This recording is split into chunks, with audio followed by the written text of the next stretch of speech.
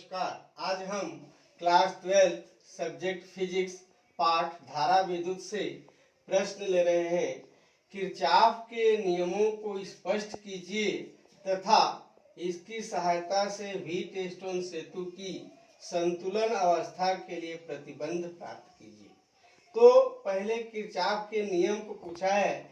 तो किरचॉफ ने दो नियम बनाए थे। जटिल विद्युत परिपथों को हल करने के लिए किरचॉफ ने दो नियमों का प्रतिपादन किया। पहला नियम है विद्युत परिपथ के किसी भी संधि पर मिलने वाली सभी विद्युत धाराओं का बीजगणितीय योग शून्य होता है, अर्थात समेशन I इक्वल टू 0। इसमें नियम है किरचॉफ का कि किसी भी संधि में जो धाराएं प्रवेश करती हैं और जो धाराएं बाहर निकलती हैं उन सभी का बीजगणितीय योग शून्य होता है। तो हम मान लिए कि इसमें एक धारा I1 इस संधि पर प्रवेश कर रही है, दूसरी धारा I2 इस संधि पर प्रवेश कर रही है, तीसरी धारा I3 इस संधि पर प्रवेश कर रही है, चौथी धारा I4 बाहर की ओर निकल रही है संधि से और I5 भी बाहर की ओर निकल रही है, I6 भी बाहर की ओर निकल रही है। तो जो धाराएं संधि के अंदर प्रवेश करती हैं वे धनात्मक होती हैं और जो संधि से बाहर निकलती हैं वे ऋणात्मक होती है। तो उसी को यहाँ ले रहे हैं। जब किसी विद्युत परिपथ की किसी संधि पर तीर की दिशा में विद्युत धाराएं प्रवाहित हो रही हो तब उस स्थिति में I1 अंदर की ओर जा रहा है धनात्मक होगा, I2 भी अंदर जा रहा है धनात्मक होगा, I3 भी अंदर जा रहा है धनात्मक होगा, परंतु I4 बाहर में निकल रहा है इसलिए वह ऋणात्मक होगा, I5 भी बाहर में निकल रहा है इसलिए ये भी ऋणात्मक होगा और I6 भी बाहर निकल रहा है इसलिए ये भी ऋणात्मक होगा। लेकिन इसका योग होगा, बीजगणितीय योग का मतलब होता है धन और ऋण दोनों लिया जा सकता है और ये बराबर 0 होगा। या I1 plus I2 plus I3 minus I4 minus I5 minus I6 equal to 0। अब प्लस वाले किसी पक्ष में रख देंगे, I1 plus I2 plus I3 equal to ये माइनस वाले का पक्षांतर कर दिए, ये हो गया I4 plus I5 plus I6। ये प्रथम नियम था। अब द्वितीय नियम है कि किसी विद्युत परिपथ के किसी बंद पाश जाल, उसी पाश को जाल भी बोलते हैं लूप भी बोलते हैं, कि विभिन्न भागों में प्रवाहित होने वाली विद्युत धाराओं एवं संगत प्रतिरोधों के गुणनफलों का बीजगणितीय योग उस पाश में उपस्थित कुल विद्युत वाहक बलों के बीजगणितीय योग के बराबर होता है, अर्थात summation IR equal to summation E। माना कि दो सेलों के विद्युत वाहक बल E1 तथा E2 है।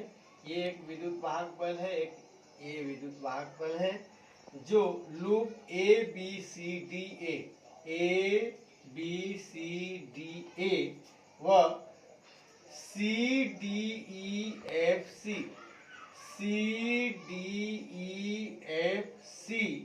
में संयोजित है। प्रथम लूप, पहला लूप ये है। इस लूप के लिए I1 इंटू R1, ये I1 है, इसका प्रतिरोध R1 है। प्रतिरोध और धारा का गुणनफल का बीजगणितीय योग उसमें विद्युत वाहक बल के बीजगणितीय योग के बराबर होता है। तो ये हो जाएगा I1 R1 minus I2 R2 equal to E1 minus E2। ये इस लूप के लिए है। दूसरा लूप है ये CDEFC के लिए। तो इसमें ये है I2 इंटू R2 प्लस इसमें है I1 प्लस I2, ये एक साथ है, इंटू R3 इक्वल टू ये E3 के बराबर होगा। व्हीटस्टोन सेतु की संतुलन अवस्था के लिए प्रतिबंध बनाना है, तो उसके लिए हम क्या किए, यहाँ पर 4 प्रतिरोध ले लिए, P, Q, R और S, ये 4 प्रतिरोध ले लिए।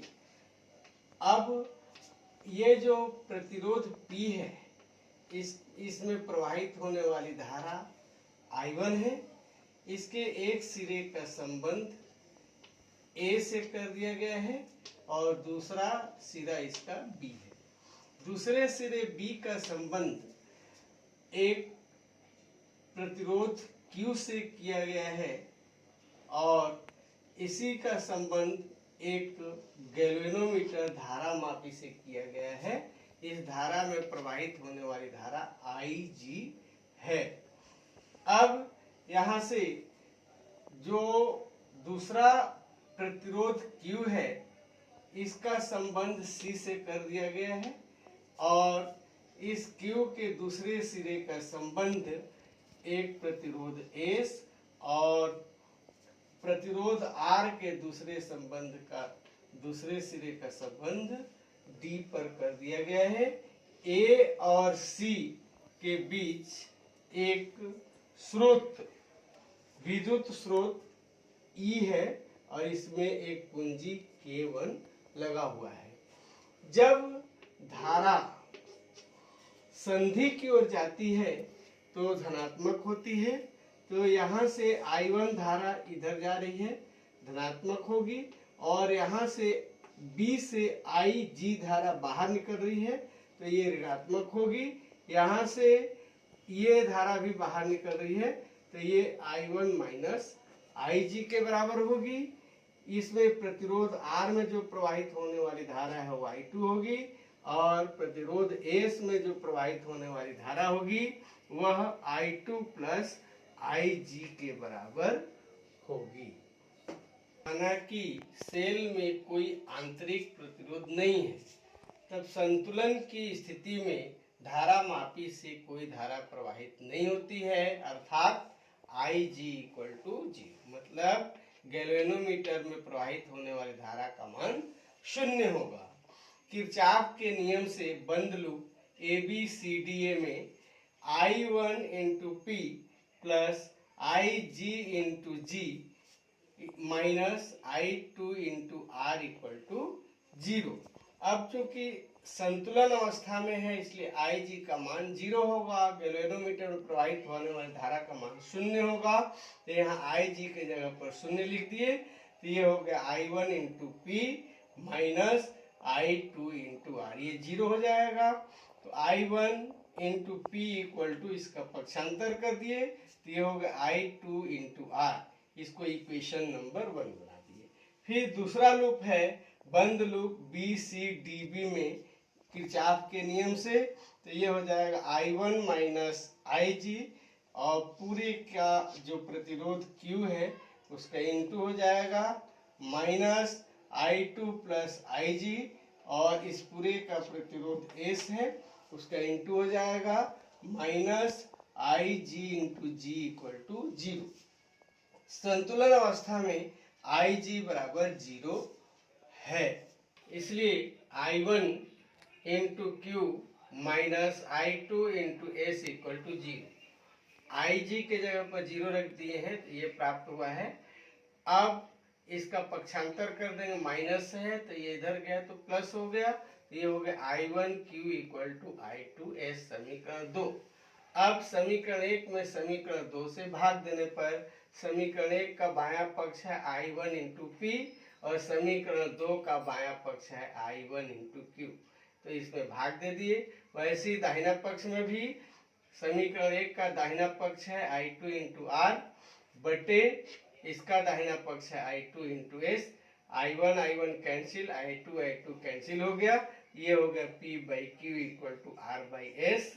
इसको व्हीटस्टोन सेतु का सिद्धांत भी बोलते हैं और यही व्हीटस्टोन सेतु की संतुलन अवस्था के लिए आवश्यक प्रतिबंध है। धन्यवाद और इस चैनल को सब्सक्राइब करें।